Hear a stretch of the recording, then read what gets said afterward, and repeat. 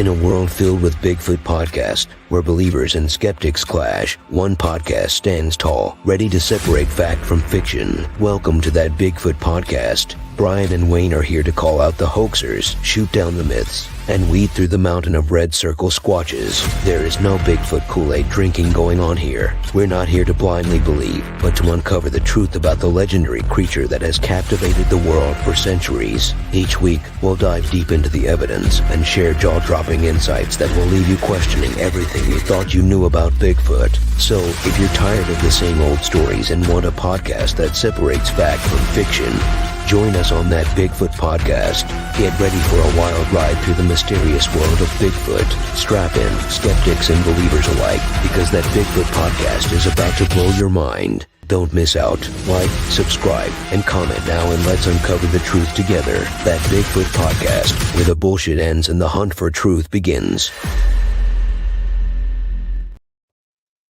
And we are live, folks, for the first time in a long time on That Bigfoot Podcast.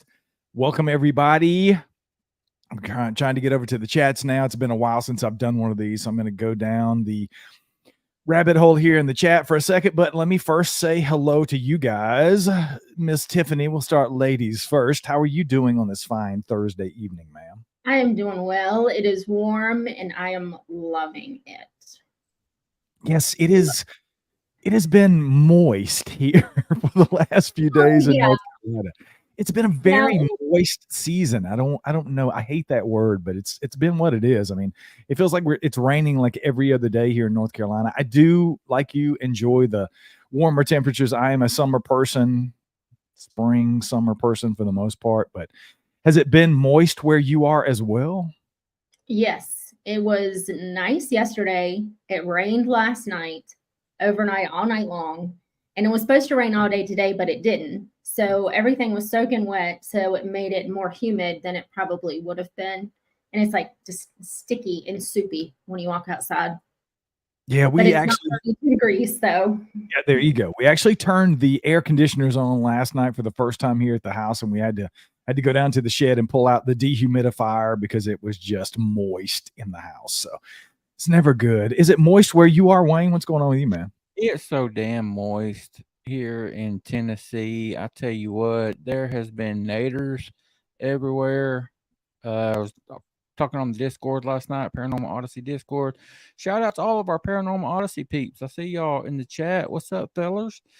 But yeah, I hollered at Troy last night because the guys up with me tend to get the shit before I do when the storms come through. But yeah, man, there was hail, not golf ball size hail and naders and just all kind of moistness last night. But yeah, it sucked. Yeah, I had no idea that storms. We went to Charlotte for a show last night and went to the Belk Theater, and we were driving down the road in Charlotte, and I'm in the Mini Cooper, and I'm like, damn, I should have drove the truck because there's like trees and shit in the roads. And I'm like, what is going on here? It looked like a war zone, and there were people out in the road, like raking up stuff out of the road. It was kind of surreal. I thought I was in like a fallout or something. We got somebody from Scotland in the chat. Is it moist in Scotland?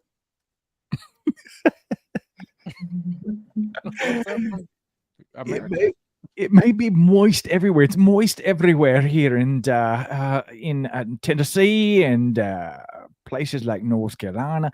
Let me go down the rabbit hole here and get into the chat. Troy in Tennessee, what's up, man? Ristel, how you doing? How's your mama and them? Scott Trent is in there. Mike Wolf, shout out to Mike Wolf. Hey, man. We talked about you on the episode of That Bigfoot Podcast that'll be airing tomorrow. We got a great care package from Mike in the. Let me pull his book out. My God, let's just do a little self-promotion right here for everybody who will eventually possibly see this. Yes, sir. Mike Wolf, that's the man with the plan, with the book in his hand. His book, he sent us a copy of The Christian Man's Search for Bigfoot. And of course, my personal favorite we talked about on the episode that will air tomorrow, 101 Dad Jokes of High Strangeness. Let me start right here. Yeah, please. I'm just gonna go to a page here and just randomly pull out one for Mike in the chat. Bigfoot was worried one of his feet looked wrong because he knew they couldn't both be right. What did the Michigan dog man say to the beast of Bray Road? Anybody? How's it going? There you have it, folks. We started the show with dad jokes on high strangeness. You can't get any better than that. Mike, we appreciate that, man. We gave you a proper shout out in the show tomorrow. So make sure you guys check that out when the new episode drops at midnight tonight. It's already out there for people on Patreon. If you're a part of our Patreon on Paranormal World Productions, you've already gotten that. They went out today. But if you're not, you're missing out. You need to go over to Patreon, check out Paranormal World Productions, and you get those things early and ad-free. Who else we got in here? We've got... Oh, there's only a few of you guys. Well, Tallulah Bell, how you doing? Good to see you in there. Alan, welcome. We've got a few people watching. We were kind of worried about, we've only got a couple of destinations going on. We usually have a few more destinations for people to pick this up on. We usually add the Paranormal Odyssey YouTube. We also add the Paranormal Odyssey Facebook, but we didn't add that today. So we'll see what we end up with. We've got 15, 20 folks watching live. You never know what's going to happen here on That Bigfoot Podcast Live, because we just open our mouths and whatever falls out, we just kind of go with the flow. That's right. There's a couple of things that I wanted to get into today, specifically about if Bigfoot is discovered. This is something that I brought up to Wayne again on the show that'll air tomorrow. We talk a little bit about that towards the end of that episode. But this is something that's been going back and forth with me for a long time. But I was really thinking about it when I was out at the Ohio Bigfoot Conference this past weekend. I was out there and so many amazing people I met and so many great conversations. And my wheels are always turning when I come back from places like conferences, because you get to talk to people and see people that you don't normally see, right? There are people coming up to your table. You're hanging out with people. Don Keating comes to mind. I mean, I've never hung out with Don Keating before, but he did stop by the table and talk to Cliff and I on Saturday. And just interesting things from people that have been doing this for decades and decades, and some people who've only been into a couple of years. But the thing that has always come up for me is we always talk about discovery. Like a lot of people, for me, that's an important thing. I want these things to be proven, not only for myself, but for other people. Tons of people don't care. They already know, they're kind of knowers already. So they're just in it for whatever reason. They enjoy the subject. They enjoy the people. But for me, it's about discovery. And I always ask the question, what happens if these things are discovered tomorrow? Somebody smacks one with a Mack truck, or somebody finds one in the backyard, a baby that's, anything could happen, right? What do you do? Who takes over at that point? Do you call the local police? What are they going to do with it, right? I'm going to call the Lenore, North Carolina Police Department and say, hey, I've got a body of a Bigfoot in my yard. What are they going to do with it, right? Who do they call? Who takes over from there? I don't know of any protocol at all. No standard operating procedure that I know of that's out there. And then how do you do that? We've got so many different factions of what people believe and don't believe in Bigfoot, how people do research, how they believe research should be done. How do you come together for some sort of a consensus? I mean, I guess, as I'm talking, Wayne and Tiffany, I think we should probably just try to reach out to Zorth and see if the Council of 13 could possibly help us about this, because Exactly. would know. Yes. Yeah, the Council of 13 seems to be the ones who would handle that, but they already know because they're consorting with the Sasquatch. They're going to tell us to give him to Trump, I'm sure. I mean, clearly they apparently have picked him for the next president, according to Dr. Johnson, but we kid, but I don't know where that goes, right? There's so many people, there's so many minds. And I said this on the episode that you and I just recorded earlier in the week, Wayne. Who gets the body? If it's a live Sasquatch, right? Somebody captures one, it's a juvenile, it's an infant, it's a adult that gets captured somehow. That's a different scenario than somebody killing one by running over it, or somebody taking one down, or finding a body as they're just out deer hunting one day in the woods. Does it go to Meldrum? Does it go to Cliff Barrickman? Does it go to Doug Hycheck? Does it go to Darby Orcutt in NC State? Do they do DNA testing? who gets this thing and where do we go from there? So there's a whole lot of things to go into. But before we get into that, I just wanted to saturate your brains with that because we're going to open up the phone lines here in a little bit. We certainly want to know what you guys think about this and anything else you want to talk about. We will eventually open up the phone lines here shortly. But I was talking about this off air before we came on, and I want to get this out there because so many people have talked about this since we did the show on it a couple of weeks back. The IMAX footage from, I think it was like 2001 that we talked about on the show previously, Wayne. At the Ohio Bigfoot Conference, of course, as usual, I go to tons of conferences and tons of festivals, and I never get to see anybody speak. I've never sat through an entire presentation at any festival or conference ever. So my record is still intact. I'm still 0 for 0 or whatever the stats happen to be. I'm 0 for nothing getting to see people actually speak. But Doug Hychek was one of the speakers at the Ohio Bigfoot Conference. And after his speech let out, he got finished with his presentation. Dr. Russ Jones comes running up to Cliff and I at our table. And he's like, "Hey, were you in there did you listen to Doug when he was talking about the IMAX footage?" And I said, "No, I've been out here with Cliff at the booth the whole time. I didn't get to see the presentation." He was like, "Oh my God, I was in there listening to Doug," and he started talking about the IMAX footage. And Russ was like, "I was looking around and saying, oh, I hope Brian's here because Doug's talking about this," and he knew we just talked about it on the show. Long story short, go out to dinner on Saturday night. It was me, Cliff, Russ was there, I had Darby Orcutt at my table. A ton of us go out to dinner after the conference, and I'm talking to Doug. We stop and take a selfie before we go into dinner. And I said, "Dude, what's up with this IMAX footage?" And he's like, "Yeah, man, it's a person with a backpack on." And I'm like, "How do you know that?" And Doug was like, "I spent an exorbitant amount of money to do what he needed to do to get to the point where he could see what was actually in this footage." And I'm like, "Holy shit, dude. I just spent $20 on the Blu-ray because I was going to do the Blu-ray test and see if I could put it on my big screen and zoom in and maybe see if I could see if this thing was a real Sasquatch or if it was a person, because it looks so convincing to me." But newsflash, just in from Doug Hychek, apparently the IMAX footage is in fact a person. I'm assuming it's a dude with a backpack on. How does that make you feel, Wayne? Because your face is telling me a lot right now, dude. I can't wait to see what he come up with. Why?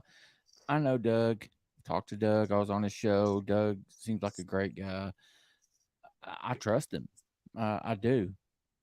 And if he says it, then I believe it. But I want to know what led to it, because we went over this thing, man. I mean, granted, we didn't spend thousands of dollars doing it, but I don't know. What bothers me the most is the dude that actually shot the footage came on and said there is no person there. There's no way it's a person. I'm a trusting person. I guess maybe that's to a fault. Maybe I shouldn't be, but I don't know. I want to see. I believe Doug what he says, but I still want to see. Trust but verify. I need that verification for myself to look at it, because that was compelling to me, and it just sucks. It really sucks, because I was hoping that was real. I really was. Tiffany, do you have a dog in the IMAX video fight? What was your thoughts on it? I really don't, but I mean, it's just one of those things that happens. You get excited about something and you're like, yes, we finally have it. And then along comes Doug Hychek and pops that balloon with his, I mean, I love how he gets in there though, because he's really passionate about it and picks it apart and opens it up and you see everything. So, I mean, do I wish it was? I absolutely do. But, it happens too often that it's not. Yeah, I agree. And that's the thing I love. One of the many things that I love about Doug is he just calls it like he sees it. No matter what it is, he's going to put it out there. He wanted it to be real too, obviously. He spent a lot of money to get what he got, to get to the point of understanding that, in his opinion, this is just a guy or a person with a backpack on. But that's what you're going to get with Doug. He's not going to sugarcoat it. He's not going to carry water and drink the Bigfoot Kool-Aid and just say it's Bigfoot because he wants it to be Bigfoot. And that's what I love and respect about him so much. And we had some conversations about some of that stuff sitting around dinner. You know, he was talking about days on Monster Quest and hanging out with Matt. Moneymaker came up, and Cliff was telling some funny stories about Matt, and Doug was telling some funny stories about Matt. And it's like, no matter what you say, Matt Moneymaker is one of those people that's a really, you either love him or you hate him. But I said to them at dinner, I said, you know, I've come to the conclusion that I like Matt. I don't have anything against Matt. I think he's a great dude. Saw him up at the Smoky Mountain Bigfoot Conference last year. But here's the thing. I think Matt Moneymaker is probably the person that has brought the most people to Bigfoot than anybody else on earth. Hands down. With the big BFRO, with finding Bigfoot, none of those things would have happened.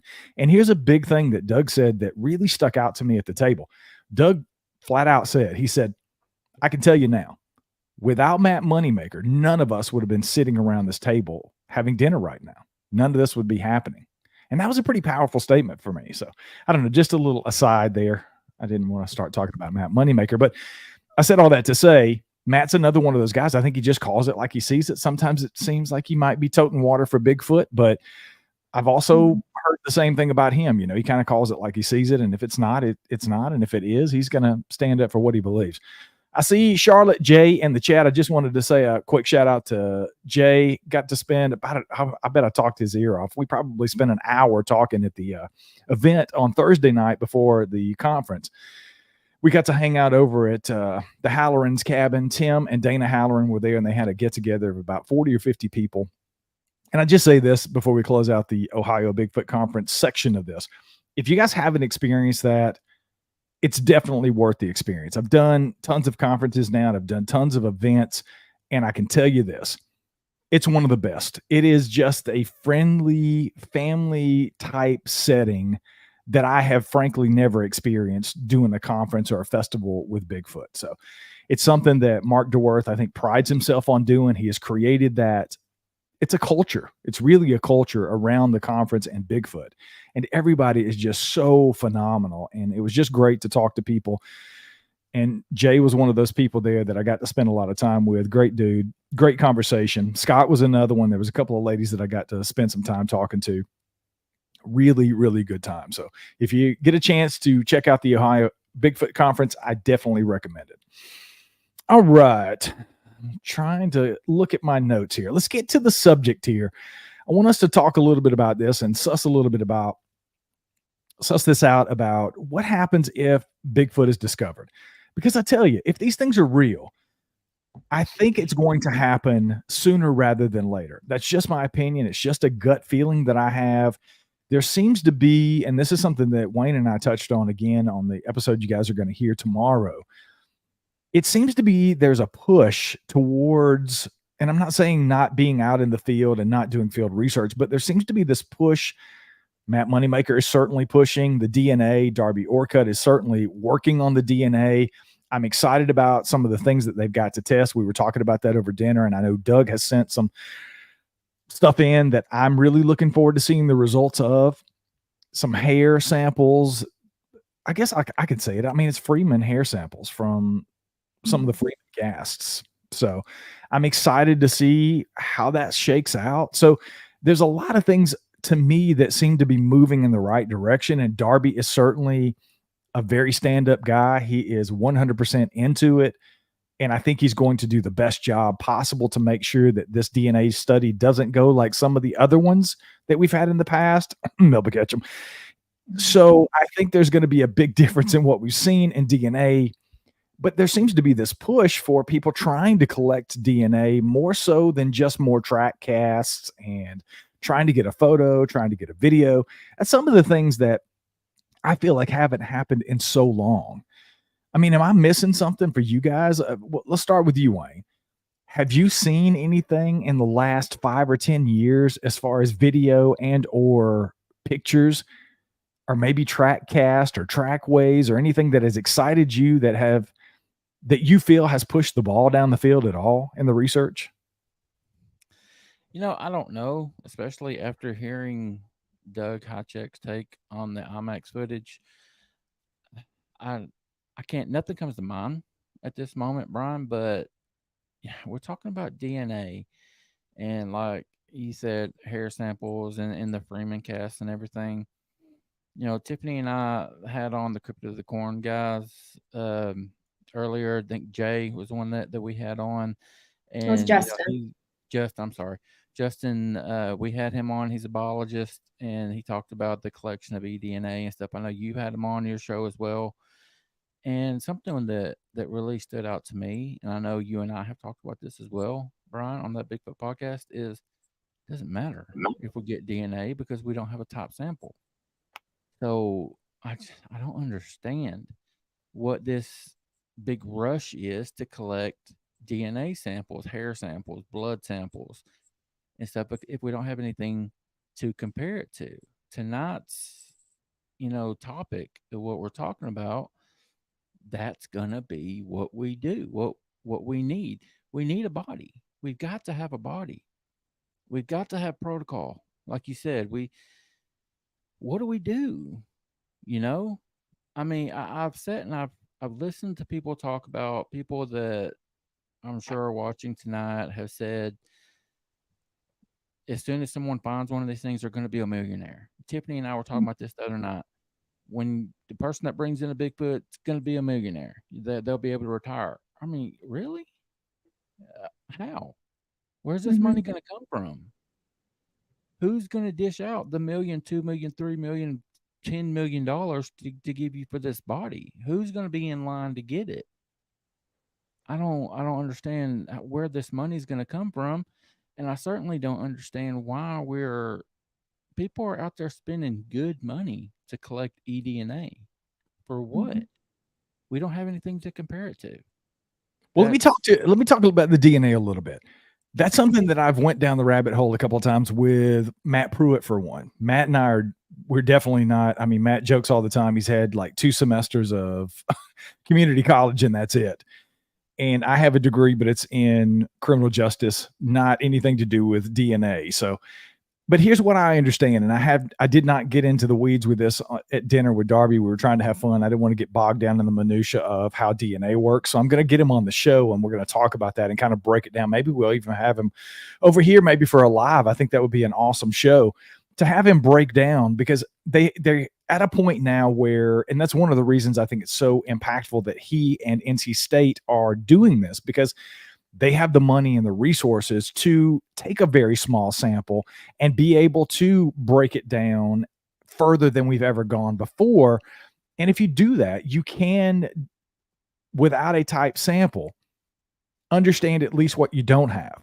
And in the DNA, you may be able to then postulate that it is an unknown species. So, yeah, true. Without a type specimen to absolutely 100% compare it to say this is a Sasquatch, yeah, we may not have that, but there is technology. The technology is there today to do what you need to do with the DNA to at least get to a point where you can say, I think this is Sasquatch DNA, because we don't have anything else that's even remotely close to this. So I think that exists.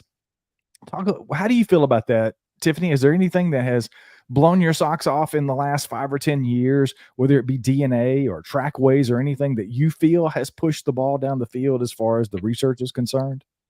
I don't. I feel like there are definitely more people out there under the hat of research now, which is going to help further this process, because the more people who are involved, the more chances you are of having something being found.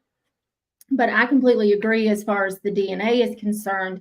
But like you said, I mean, I have a degree in criminal justice too, but we went through the forensic portion of it. So I got to get my hands dirty and deal with, the DNA portion of it, and taking fingerprints and doing all this and all that. But it is very easily contaminated. And I think when we find that DNA is turned in and then it comes back as human, somebody breathed on it. Somebody did something, because it is so easy to contaminate. Just makes it complicated. Yeah, it's definitely complicated. I don't know that DNA is going to be the end all be all. I've had that conversation with Jeff Meldrum on the show, and Dr. Meldrum has made it clear without a type specimen, you can't, beyond a reasonable doubt, say that this is Sasquatch. It'll never be 100% proven without that body, but I think we can get so much closer than we've ever been before because of DNA. And here's an interesting thing that came up at dinner on Saturday that kind of goes into what you were talking about with the money part of it, Wayne. There are people out there that want to pay to find out if the species is real. Cliff talked about it, and I don't think I'm giving anything away here that Cliff would be upset about. He has a gentleman who he communicates with, an elderly gentleman, who really, really, really wants to prove that this species is real. He said to Cliff, if I gave you $100,000 today, could you go out and prove the species? What would you do? How would you use that money? And Cliff's like, I really couldn't. I don't think it can be done even with that amount of money, because we're kind of already doing basically all we can with what we have, outside of pouring hundreds of thousands of dollars into a place maybe like Area X, for example. And I say that because the episode that's airing tomorrow on Sasquatch Odyssey is a gentleman, Rich, who has spent, I think he's been out 6 times to Area X, former British military special forces guy who's into Bigfoot, and he's had a ton of experiences out there with the NAWAC and the valley that Brian Brown goes into that butts up to, it's right next door to where Area X is. An area like that is so active that people have so many different experiences. Could you pour a couple of $100,000 in there and fund maybe a 2-year round the clock, 24-hour a day, 7-day a week, 365 days a year for maybe 2 or 3 years, and we get some definitive proof? You may be able to do that. But even then, there's no guarantee. So if these things are real and they do exist, it's going to be tough to get there. But I feel like I said, I feel like something's going to happen. And maybe it's just the fact that nothing's happened for so long. I'm just so antsy that I want something to come out, because it's the same rotation. It's like we're in a washing machine vacuum of the same thing swirling all around us all the time. It's the same photos that come up, the same hoaxed videos. It's the same audio. And it just seems like we're not getting anywhere. So the DNA to me is at least a little bit more exciting, because there's a possibility that something could break. There could be some sort of a breakthrough. Darby could test a sample tomorrow and go, holy shit, and we hit the holy grail. But I don't know. But here's what we're talking about. Let's bring it back, bro. Bring it back to the subject. What if that happens? What if he does that testing? What if somebody brings in a body and he's able to have a type specimen and say, boom, here it is? Where's the protocol? What's the protocol?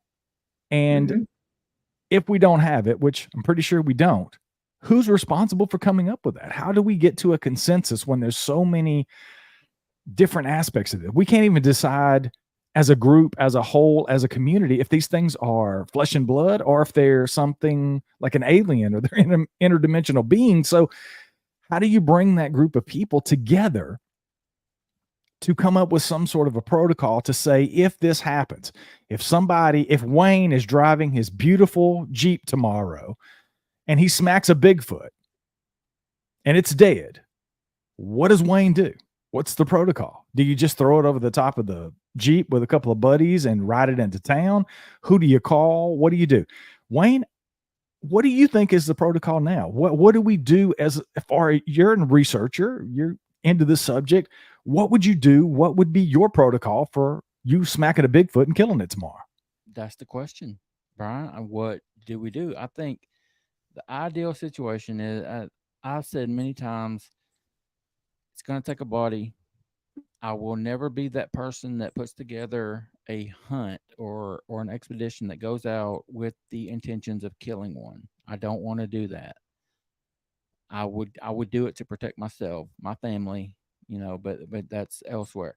But perfect scenario, I'm driving down the road up in the mountains and a juvenile runs out in front of me, a small one. I say small because I can handle it. Runs out, I smack it with the Jeep and it's dead. What do you do? What do you do? I mean, you don't call 911. I don't think, because you will never see it again. I'm confident of that. Something will happen and you'll never see it again.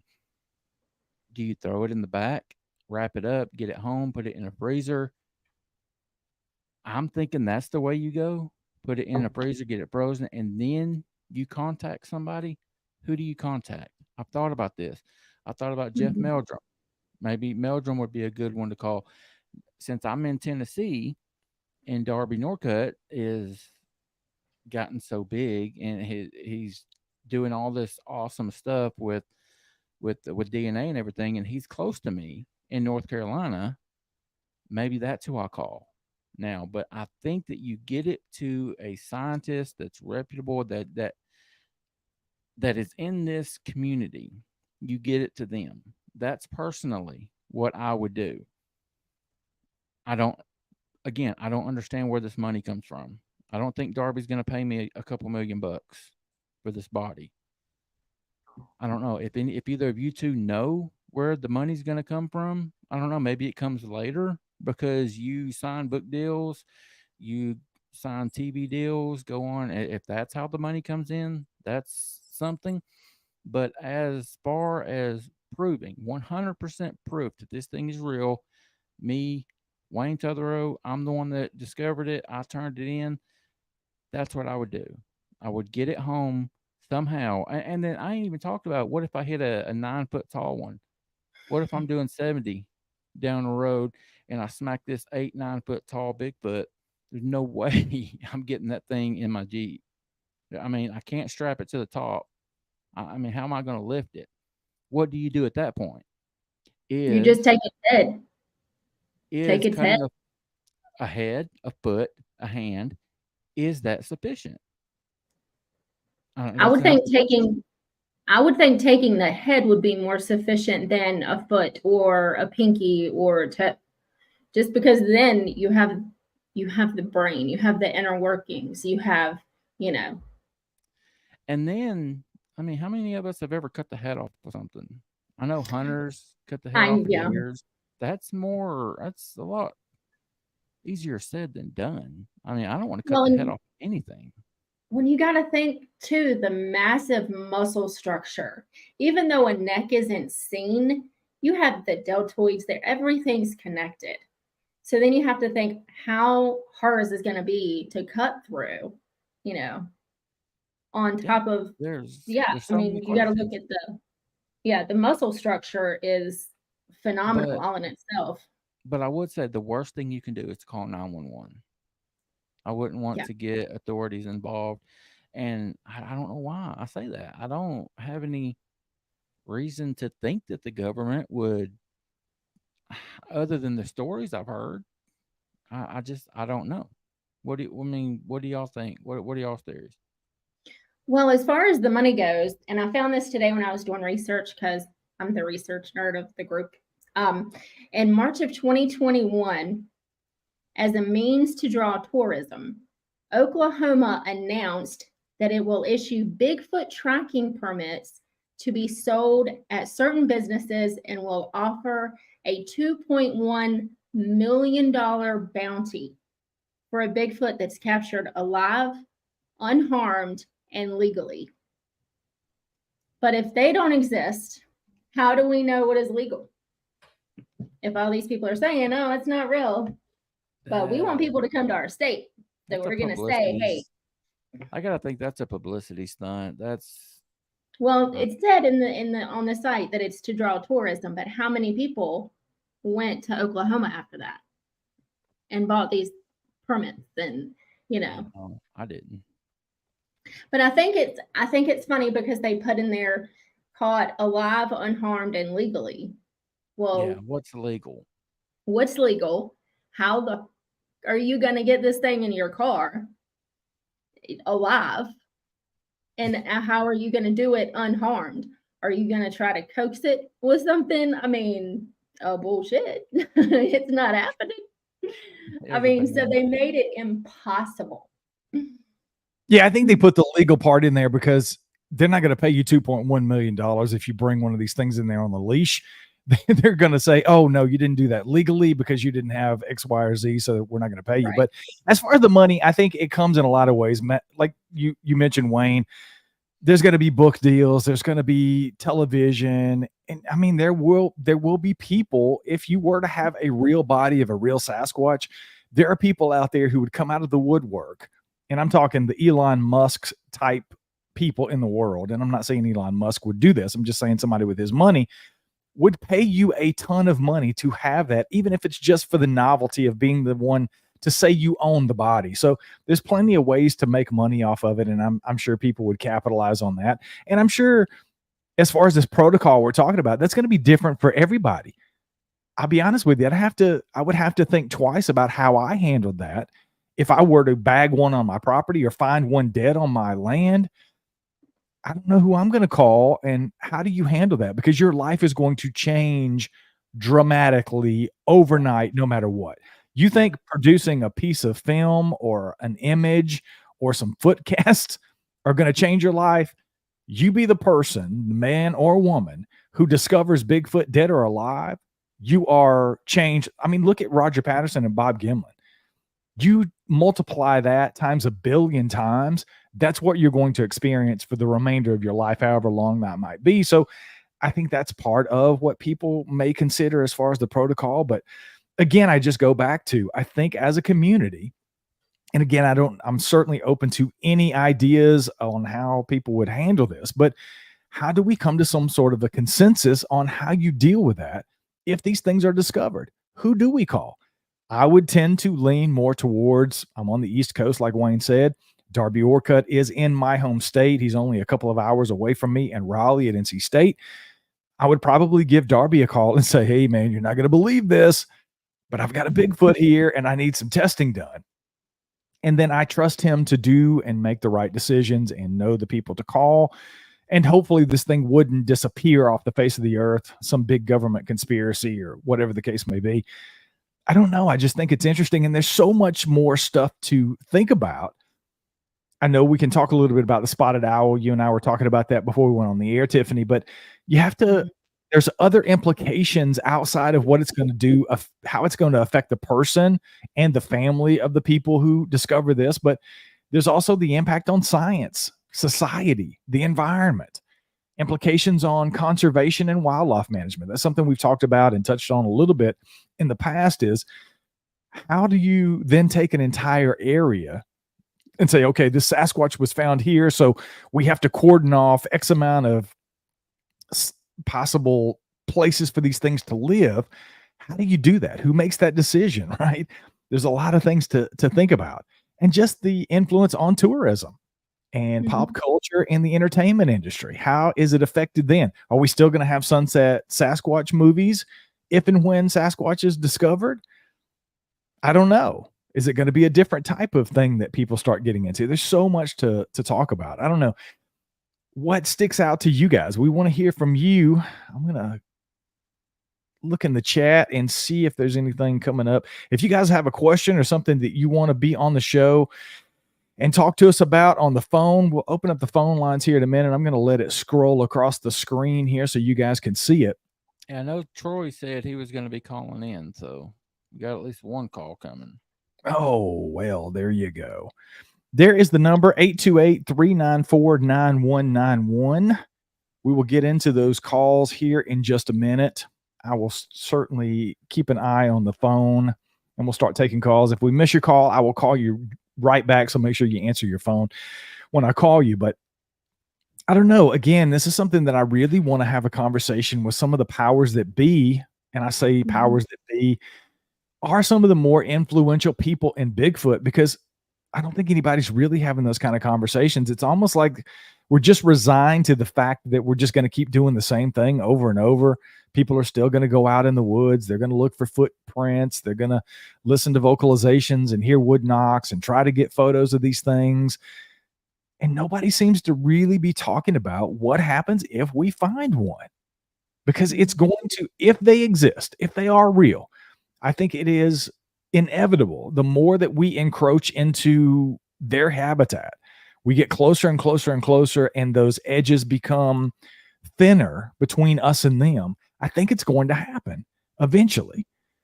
What do we do when it does? So I'm looking through and seeing if there's any comments. Your phone is tapped. Well, You while can't. you're doing that, I mean, there were 70 movies between 1970 and 2024 that were made about Bigfoot. Really? Sasquatch Sunset being the last one, 70. And that's not counting the literature. And what happens to podcasters if a Bigfoot is found? There's so I'm sure many there'll still be things. plenty to talk about. Yeah.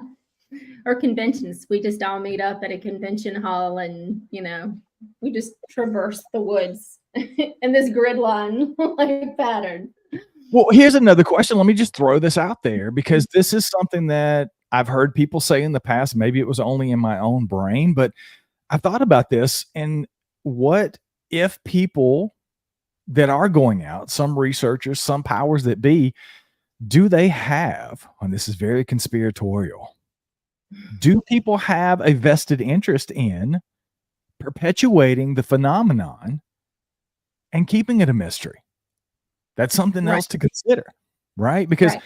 there are plenty of people out there. I was arguing with somebody on social media recently. They say they've already been discovered. They've been discovered hundreds of years ago, thousands of years ago. And the government is just this big conspiracy. They already know about them, blah, blah, blah.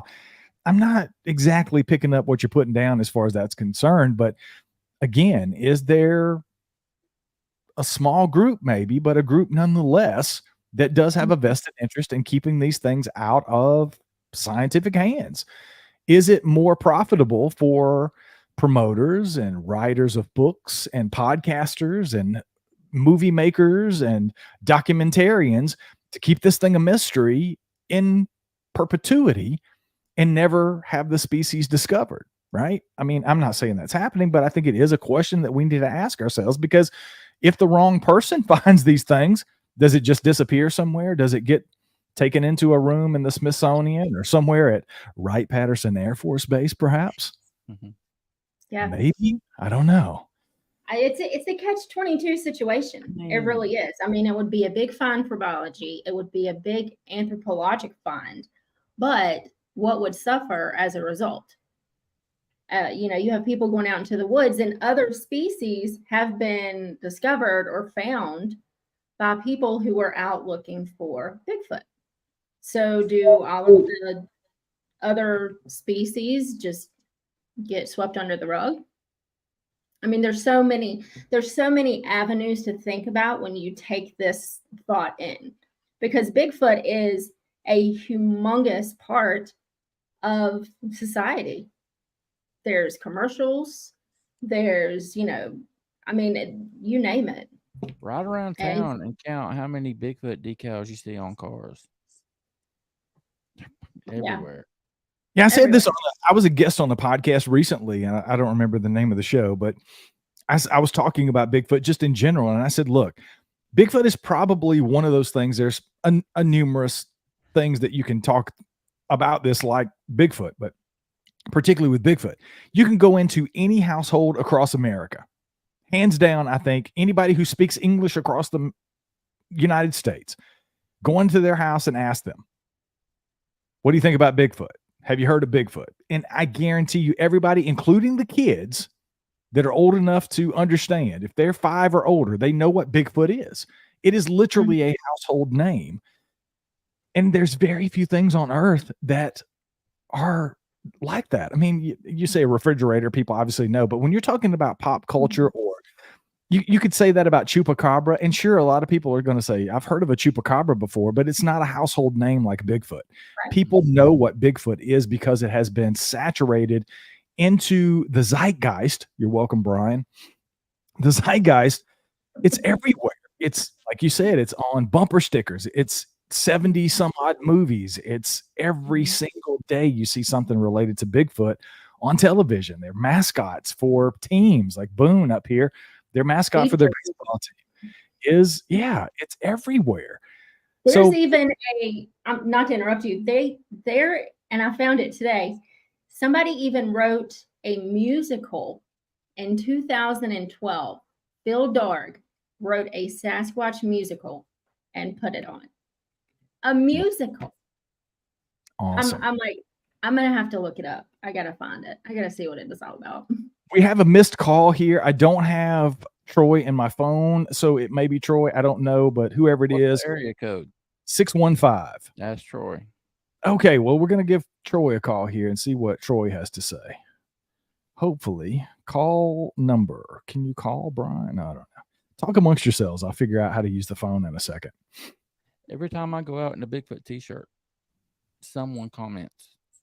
It never fails. I mean, I can go out in any other kind of t-shirt and I don't get anything. But if I'm wearing a Bigfoot shirt, hey, I love your shirt.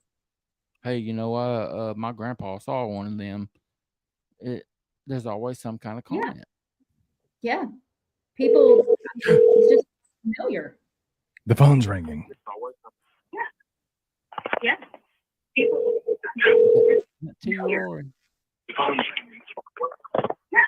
Hello. Hey, man, this is Brian. You're on the air with us. What's going on? Not a lot, man. Let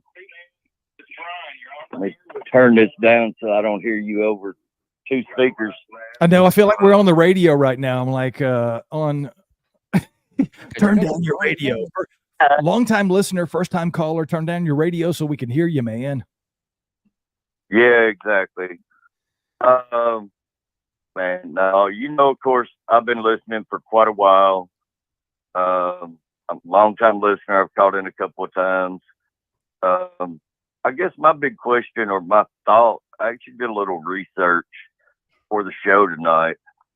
And you're asking how it would affect things in general. I worked in the wood industry for 23 years. I built custom closets. So my natural inclination was to look into how it's going to affect the lumber industry. I mean, to me, that makes a lot of sense. You know, Bigfoot are typically found in the woods. They're found in some national parks, or I would say a lot of national parks. So how is it going to affect those two things alone? And this is, like I said, I just found this in a quick search. The U.S. lumber and wood industry provides 474,239 jobs at 16,818 companies. Their average sales reports are 237 billion with a B dollars. The national park, the Department of the Interior announced in 2022 that visitor spending and communities near national parks resulted in a record high of 50,000.3 billion, again with a B, benefit to the nation's economy and supported more than 378,400 jobs. I guess my thought is if Bigfoot is found, are they going to have to close national parks? Are they going to have to do away with a lot of the lumber industry? And I mean, how many reports have you heard of Bigfoot being seen by people doing work with lumber? That, if I'm not mistaken, that's where it originally started. Very good stuff, man. I'm gonna let you go there so we can answer that on the air. Troy, as always, man, we appreciate the support. We appreciate the excellent question. Honestly, I think it's something we definitely need to talk about, man. Thanks, Brian. All right, take care. So that's a good question. That's one of these things that comes up over and over. I think we've had conversations about it's sort of the conspiracy theory behind the lumber industry, keeping this under wraps and it being some big, massive cover up. I don't necessarily think that's the case, but I do think Troy's onto something there with it possibly affecting the lumber industry. Again, it goes back to conservation, right? It's one of the things that happened with the spotted owl. And I want to talk to Tiffany a little bit about the spotted owl because she knows way more about that than I do, which is probably not a lot, but we're going to put her on the spot. Let her talk about it. Thanks. That's one of the things that people say about they compare Bigfoot being discovered to the spotted owl and what it did to the lumber industry and how much land was set aside. But I think that is a realistic thing that we in the community probably need to be taking a look at. Is there may not be this big mask cover up by the lumber industry, but if these things are discovered eventually, depending on where they're discovered, would it affect the lumber industry? I would say yes. Second part of that is the national parks.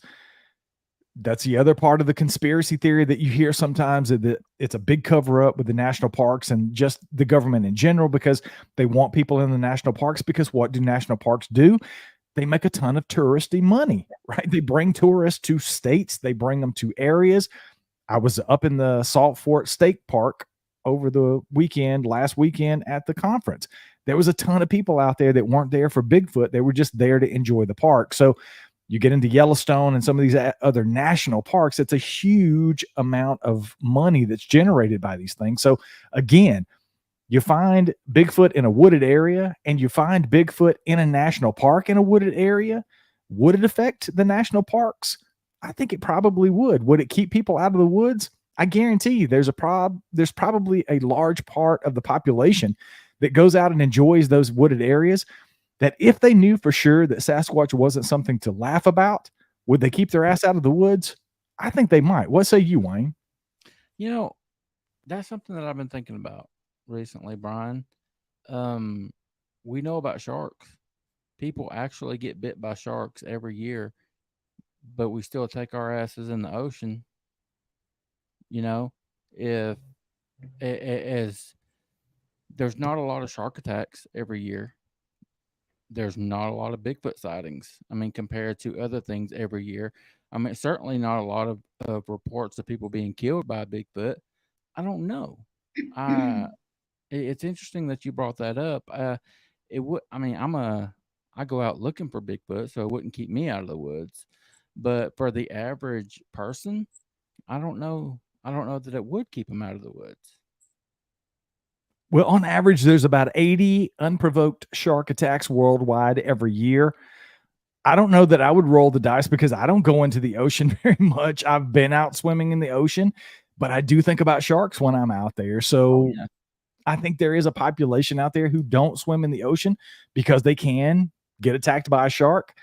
I don't know. I just think it's a little more, I don't know. I don't know what the word I'm looking for is. I think more people, in my opinion, that go out into the woods and hike would be less likely to do that again if they knew Sasquatch was real versus somebody who takes the chance of a known animal and say, I mean, you could also say a giant squid could drag you under, but people don't really think about that. They just go out and enjoy the beach.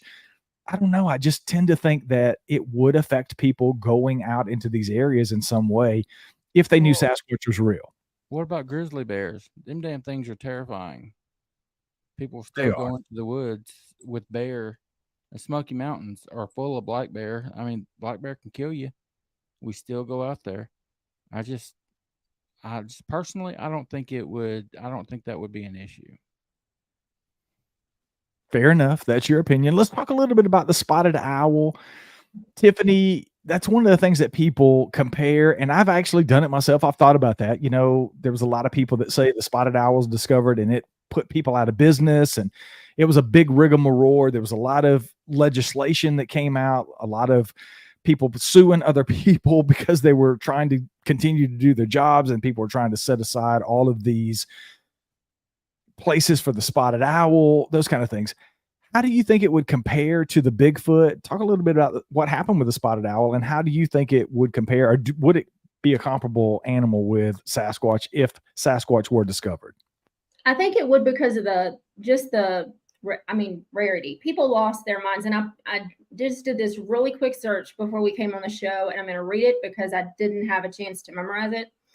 It says, when they were found, 6.9 million acres of old forest were designated as protected habitat for the owls. Logging was prohibited. Timber employment did subsequently decline by 14% compared to regional employment in the sector, and by 28% in the impacted counties compared to the industry at the national level. These reductions reflected a decline of about 32,000 jobs in the lumber and wood product sector when compared nationally, or 16,000 jobs when compared within the region. These estimates are significantly lower, however, than the projections made by industry and align within the federal projection of 13,000 near-term jobs and 28,000 jobs in the long run. Those job losses were a short-term cost, which likely had real welfare impacts on the workers, but in exchange, we got back the chance to save a species and protect many others. So, I wrote it down here too, that, you think about camping and hiking and being on the lake and fishing and, would everybody be looking over their shoulder? And then if something that people had just blown off for decades and decades and decades to not be real was subsequently found to be real, then you have all of the other shows that talk about Dogman or anything else in the woods that people dismiss now. They're going to start taking those into consideration as well. Yeah, that's something I haven't even really thought about. We've got another call. I'm going to call him back. I believe it's Pat. He's been trying to call and we've been bumping our gums. So I'm going to give him a call back and see what Pat has to say about the protocol. But that's a good point I've never even thought about that we can even talk a little bit about. Tiff, if you want to get into that when we finish up with Pat, because there are so many other cryptids out there that people aren't considering, that if you find one, they may consider the other ones as a possibility. So, hey man, you're on the air with us. What's going on? What's up, man? Yeah, so I'm one of those jobs. I'm a professional in the lumber industry, and I think I can give some perspective and insight to that, especially like relative, like the spotted owl thing was an isolated. It was sort of a one-off in one area, and there's a bigger story to that, to be honest with you, but I'm not trying to hash that out. All I can say is this, dude, as somebody that's been in the lumber industry, and I work now for one of the, I think it's the 12th largest lumber companies in the world. What I see, the volume of lumber coming in and the lumber that goes out. And by the way, timber isn't always, not all timber goes to lumber. It goes to other products as well. But what I see is definitely this. Lumber is 100% in the top 10 of most important resources for human beings on the planet. And I think it's probably number 5. And so my perspective, as from the importance of lumber to humanity, is simply this. There's Bigfoot, I don't even think it'd slow it down. It would definitely not stop it. It'd be like saying people would be willing to live without electricity if Bigfoot was discovered. It's similar to that kind of statement. And of course, that's not true. And so I'm kind of equating those two. So lumber is way too important to humanity for Bigfoot to ever be a factor. The only thing that could stop lumber is a meteor. That's it.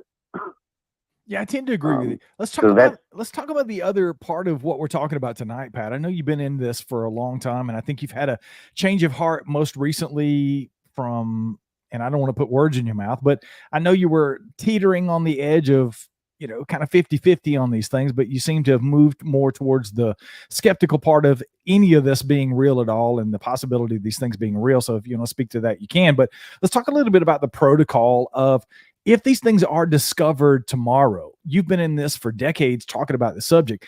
Has that something that's been hashed out in the past? And what are your thoughts on that? What do we do? Who do we call if we're all proven wrong or right, or wherever you sit on this subject. If these things are discovered tomorrow, what's the protocol? What do you do? Who do you call? Who do you trust? And what's the next step? Yeah, well, that gets into the sort of, I guess, endless variables of how that would happen.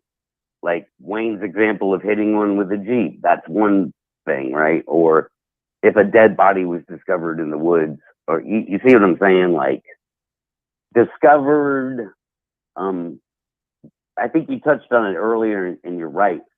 So a DNA lab isn't going to print out a piece of paper that says, this is Sasquatch, right? That's not going to happen. And oh, by the way, I think cutting the pinky off, Wayne, is all you need to do. I don't think you need the head or any of that. Just take video, cut the pinky off, and take it to Darby, whatever. So I mean, who do you call? You know, if you got one in the back of your truck, take it to the news station, because then nobody can debunk it. The Men in Black, who I don't think even exists, can show up. And call universities. So I mean, eventually it's going to land at universities and a museum somewhere. I mean, that's how every other species on the planet has. That's the route that's gone. So I mean, who do you call? I don't know. Just go, if you have a body or a body part, go to the news.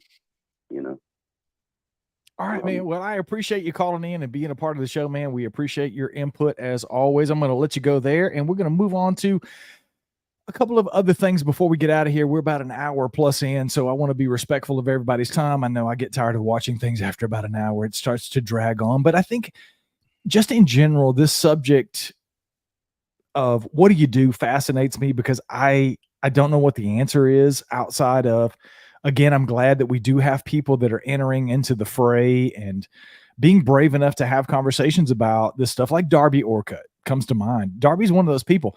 I'm not going to get into the nuances of some of the conversation that he and I had, but he's dealt with some really out there individuals, and he's been threatened because of his involvement with Bigfoot. Wow. And he said, at dinner, like, people wonder in the community why more scientists don't get involved in this subject. That's why, because people don't like what you're doing. They start threatening you. They start threatening your family. And it's just that underbelly of what a lot of us don't see in the community, but there's a lot of that out there. So I say kudos to people like Dr. Jeff Meldrum, who have been in this for a ton of years, and people like Darby, who have entered into the fray more recently, at least publicly into the fray, for even taking a look at this, because they are those kind of people that if I had to make that tough phone call, they would probably be on that short list of people that I would call and be willing to trust this discovery with. And I think it just boils down to, it's a personal choice for most of us as to which way you would go. Do you drive it to the local news and show it to Channel 5 in your local area? I don't know. Do you call 911? Do you trust them? Do you call Darby? Do you call Jeff Meldrum? I mean, do you call a podcaster that you trust? Do you call me and say, hey, man, I found this thing and I don't know what to do with it? I don't know. I say call Wayne. I mean, Wayne's the person I'd call. He says, call me first. Me, bruh. Call me maybe, as Taylor Swift would say. I don't know, where did the Swift reference came from? I don't know, because Taylor Swift doesn't even sing Call Me Maybe. Oh, who sings that? I think Katy Perry. I could be wrong about that, but I know it's not Taylor Swift. I'd rather Katy Perry call me anyway. Yeah, if I was a Swiftie, they would have just pulled my Swiftie card because I said a song that wasn't hers. So yeah, I don't know, folks. I don't know where everybody lies, but I'll give you guys the last word on the situation. Let's start with Miss Tiff. What do you think about this whole thing? Do we start looking into that? Do we have a conversation with people and start trying to put together maybe our own Council of 13 or so that looks into this? And do we take it seriously? And how do you even take the first step to do that? Or do we just let it play out however it plays out when it happens? Well, I think we have to. I think we have to take a lot of hard discussions need to happen. A lot of hard, questions need to be asked, and a lot of difficult questions need to be answered as much as possible. I mean, because this has gone on for decades and decades, decades. And I think now in this day and age, we need to have those tougher conversations about, well, what happens? Because these things are obviously being seen. You know that, we know that, all these other people know that. We have to start having this conversation because, like you said, it's only a matter of time. Yeah, I agree. What say you, Wayne? First off, Pat's call. I agree with a lot of what Pat said. He opened my eyes to the lumber industry. His comparison of lumber and electricity just really rang true to me. That was a big deal. We all live in homes. They are made of wood. We have to have the lumber industry, so nothing's gonna stop that. But one thing that I didn't really agree with what Pat said was video it. I mean, what has video gotten us? I've said it so many times. I could video a male and a female Bigfoot getting it on, mating in my backyard, just going at it, and somebody's gonna scream fake. Doesn't matter. Someone's always gonna cry fake. So if I hit a Bigfoot with my car and I'm cutting its pinky off on film, fake. That's fake. He's a liar. So video's never, ever, ever, ever going to be enough. If video was enough, it would have been solved in 1967 with the Patterson Gimlin film. We have perfect video from back then. It's not enough. So it's going to take a body part. Maybe a pinky will do it. I don't know. A head. I don't want to be the person that cuts the head off a Bigfoot. I don't know. There's so many questions. We have to come up with a protocol that people agree on. Getting everyone to agree is never going to happen, but there needs to be some sort of protocol. We've talked about this many times. Brian, you and I have on that Bigfoot podcast and even our personal conversations. There's got to be a protocol. There's got to be something. That's the reason why we aren't moving any further. I mean, there's not even a protocol on Bigfoot research. We can't agree on what to do when we're in the woods. I mean, we got to get better. There's steps that have to be taken. We all have to do a better job, and I'll leave it at that. Yeah, I agree. And I've said it before. I've compared this to being a police officer. We had standard operating procedures for every single thing you did, whether it was getting the keys for your car, starting your shift every day, how you handled a certain kind of call. You had autonomy as a police officer. You had discretion to work within those boundaries, but we still had a standard operating procedure because if you stepped outside of that and something bad happened, then we could go back and say, hey, you didn't follow the SOP. You should have done X, Y, and Z. And I think that's what we need, to your point, in Bigfoot research is more of a standard operating procedure that people can still work within the framework of and do their own thing, but come back to a baseline of research. And obviously, if these things are discovered, we definitely need some sort of protocol in place, that at least a couple of numbers that people can call, that we can collectively say we trust these people to help in this situation if X, Y, or Z happens. If you hit one with your car, you shoot one, you do whatever, you find a body that's been decaying in the woods for a couple of weeks, whatever the case may be. These are the people that we think you should call, and we just collectively agree on that. I don't know that that's ever going to happen as a community. What about you? What do you say, Tiffany? I say you're muted, Tiffany. That's what I say. So professional, guys. No, yeah, we do need SOPs. We do.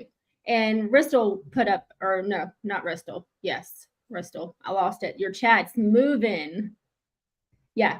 All of the bigger organized groups have protocols, Olympic Project, NAWAs, etc. So I think I think collectively, those of us who are not in a larger organized group, we need to have something. I mean, we have to know what to do when we come across one. When and if it ever happens, we have to know what to do.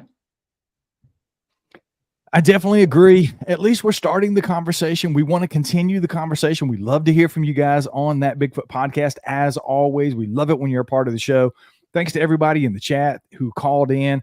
You can always email us, Brian at paranormalworldproductions.com, Wayne at paranormalworldproductions.com, or Tiffany at paranormalworldproductions.com. You can always leave us a voicemail. We have that right here in their show notes if you're listening to this on audio, or you can go over to the website, paranormalworldproductions.com. Leave us an email or a voicemail or a contact form there. We answer those every single day. And I'm going to do a shameless book plug here. If you're looking for answers, you may find a couple in here. My new book, Sasquatch Unleashed: The Truth Behind the Legend, is out. And I say that because while I was in Ohio, Cliff Barrickman wrote the foreword to my book, and I brought back a limited number of signed books from Cliff Barrickman. I'm going to show you the signature. It's right there, folks. It looks like Cliff Bob, but that is actually Cliff Barrickman's signature on the book. I'm going to have to joke with him about Cliff Bob because I didn't realize that. I'm going to say, Cliff Bob, how are you doing? But he did sign. I think we might. I'm not even going to say the number because Danny's going to kick my ass if I tell you how many there are. There's a limited number. We've had 5 orders come in since yesterday for those, so they're going fast. Head over to paranormalworldproductions.com. Check out the store at the top of the page. And we're going to add Tiffany's books. Tell us really quickly about your books, Tiffany, where they can find them and where they can pick up a copy of those. Well, Dogman Terror in the Woods and The Unfamiliars are available anywhere books are sold online. You can get them Amazon.com, HangerOnePublishing.com, BarnesandNoble.com. I am pretty biased, but they're pretty awesome books. So go get you some. Get them now, folks. We'll talk about Wayne's book later. It's still in his brain. He hasn't put it on paper yet. So I think that's a good place to leave it, folks. As always, Wayne, whether it's live or not, you get the last word on That Bigfoot Podcast. All right, guys, thank you so very much for hanging out with us tonight. Look forward to future conversations. Please continue to rate and review. Keep those coming in. We love those. We appreciate it. Until we talk to y'all again, y'all be good to yourselves. Be good to each other. Bye. Bye.